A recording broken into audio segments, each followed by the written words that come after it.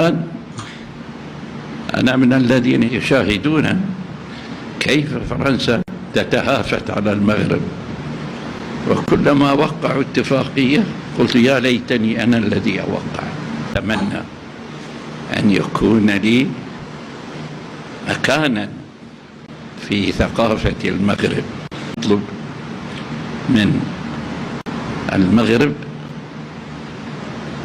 أن نقترح فتح مجال في جامعات المغرب في البحث العلمي التراثي.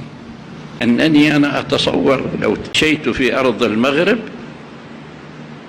لنطقت كل حصاة في مبنى تقول أنا هنا، لها قصة في شرقها، في غربها، في مدنها، في سهولها، وكل ذلك مخزون إلى يومنا.